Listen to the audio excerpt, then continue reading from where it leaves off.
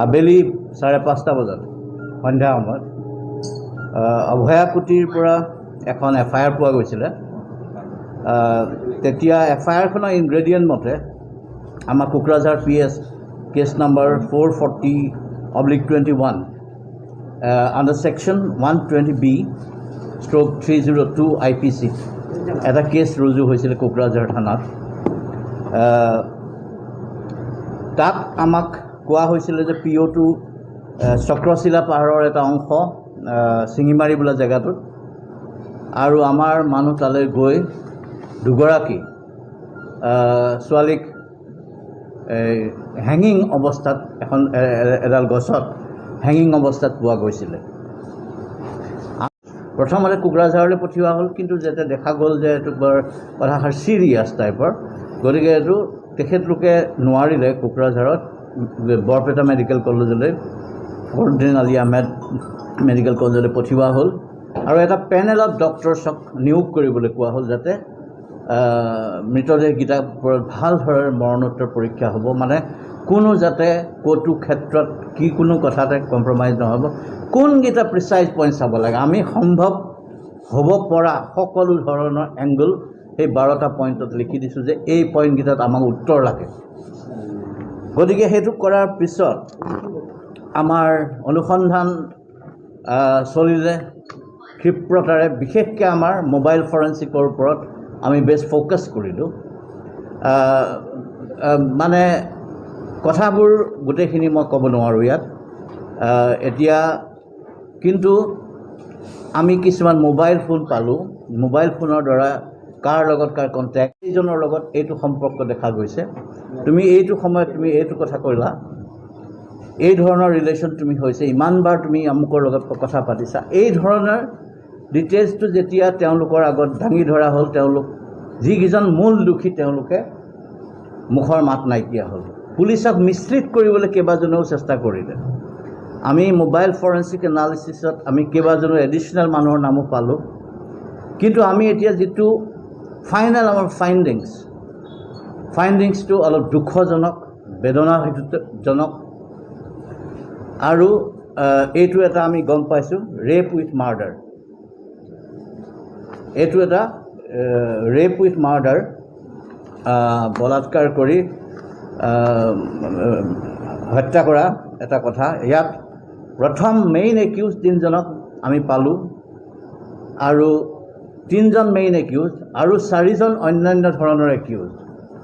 তেওঁলোকে এই rap with মাৰ্ডাৰটোত involve নাথাকিলেও তেওঁলোকে অন্য ধৰণৰ পুলিচৰ পৰা তথ্য লুকোৱা, পুলিচক মিছলিড কৰা বা অন্যায় ধৰণেৰে কিবা কিছুমান কামত তেওঁলোক লিপ্ত হোৱা ইত্যাদি ধৰণৰ কিছুমান আমি উদাহৰণ পাইছোঁ। তেওঁলোকে ৰেপ উইথ মাৰ্ডাৰটোত নাই। তেনেকুৱা 4জন। 3জন হ'ল মুজাম্বিল শ্বেখ 20 বছৰ, ফৰিজুল ৰহমান 22 বছৰ, নাচিবুল শ্বেখ 19 বছৰ। এইকেইজন হ'ল ৰেপ উইথ মাৰ্ডাৰ চাৰ্জত তেওঁলোক আছামী, আৰু আমি সুন্দৰকৈ বস্তুটো আমাৰ ধৰণে এতিয়া এষ্টাব্লিছ কৰিছোঁ। এতিয়া আমি PMৰ ৰিপৰ্টৰ কাৰণে আমি ৱেইট কৰিছোঁ, ভিছেৰা প্ৰিজাৰ্ভেশ্যনছ কৰিবলৈ কৈছোঁ। এতিয়া DNA ফিংগাৰ প্ৰিণ্টিঙৰ কাৰণে গোটেইখিনি যিখিনি কৰিব লাগে, যিখিনি বস্তু সংৰক্ষণ কৰিব লাগে, আমি কেৱল আণ্ডাৰ গাৰ্মেণ্টৰ ওপৰত ফ'কাছ কৰা নাই। আমি মৃতকৰে হওক বা দোষীৰে হওক তাৰ ওপৰতে ফ'কাছ কৰা নাই। আমি তাৰ ভিতৰলৈ গৈছোঁ, বিভিন্ন শৰীৰৰ বিভিন্ন অংশৰ DNA আমি ল'বৰ কাৰণে কিছুমান চেম্পলিং কৰাইছোঁ, আৰু সেই চেম্পলছখিনি মেটচ কৰোৱা হ'ব মৃতদেহৰ লগত পোৱা অৱশিষ্টৰ লগত। এটা মোবাইল আৰু ৰিকভাৰ হৈছে, সেইকেইটা এতিয়া কাৰবাৰ চলিব। মষ্ট ইম্পৰ্টেণ্ট কথা, আজি আমি ক্ৰাইম চিন ৰিক্ৰিয়েশ্যন কৰিলোঁ। এইটো এটা ইনভেষ্টিগেশ্যনৰ এটা ইম্পৰ্টেণ্ট প্ৰক্ৰিয়া। এটা ক্ৰাইম চিনটোক পুনৰবাৰ ৰিক্ৰিয়েট কৰিছোঁ, একজেক্টলি কেনেকৈ ক্ৰাইমটো হ'ল দোষীকেইজনে দেখুৱাই দিয়া, সেইটো হ'ল ক্ৰাইম চিন ৰিক্ৰিয়েশ্যন। সেইটো ভিডিঅ'গ্ৰাফি কৰা হৈছে, তাত ইণ্ডিপেণ্ডেণ্ট উইটনেছ আছে, মেজিষ্ট্ৰেট আছে, তাত ফৰেনচিক এক্সপাৰ্ট আছে, আৰু সকলোকে লৈ পেলাই সেইটো ক্ৰাইম চিন ৰিকনষ্ট্ৰাকশ্যন অফ ক্ৰাইম চিন সেইটো কৰা হ'ল। আৰু আৰু লগে লগে এতিয়া আমি 40 দিনৰ ভিতৰত আমি যিখিনি ৰিপৰ্ট পাবলগীয়া আছে নিশ্চয়কৈ পাম। সকলোৱে সংশ্লিষ্ট পক্ষই নিশ্চয় কথাবোৰ গুৰুত্ব সহকাৰে লৈছে। মেডিকেল ৰিপৰ্টটো আমাৰ কাৰণে খুব ইম্পৰ্টেণ্ট, তাৰ লগত মেটচ কৰিব লাগিব আমাৰ ফাইণ্ডিংছবিলাক।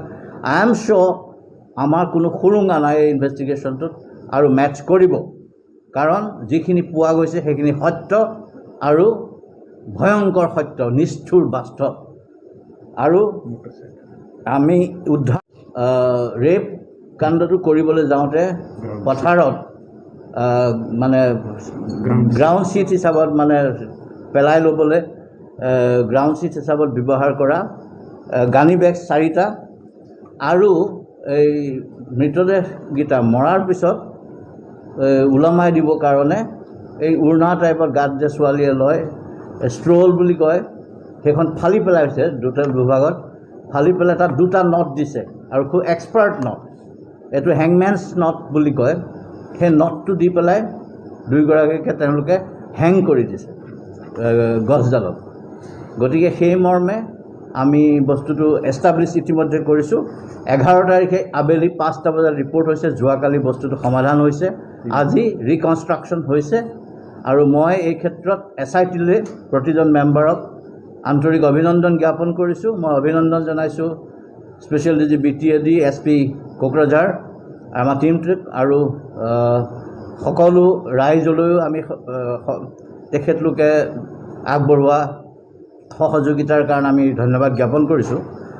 আৰু আশা কৰোঁ যাতে ৰাইজে সকলোৱে এই ধৰণেৰে সমাধান, কিবা যদি ক্ৰাইম হয় যাতে ক্ৰিমিনেলবোৰ কেতিয়াও সাৰি নাযায় সেইটো এনচিয়'ৰ কৰিবৰ কাৰণে, বিশেষকৈ মহিলা আৰু শিশুৰ ক্ষেত্ৰত হ'ব পৰা যিকোনো অপৰাধ অসম পুলিচে সহ্য নকৰে। মাননীয় অসমৰ মুখ্যমন্ত্ৰীয়ে এই ক্ষেত্ৰত অতিকে দৃঢ়, আৰু আমিও বহুত স্পেচিয়েল মেজাৰ্ছ কিছুমান লৈ আছোঁ।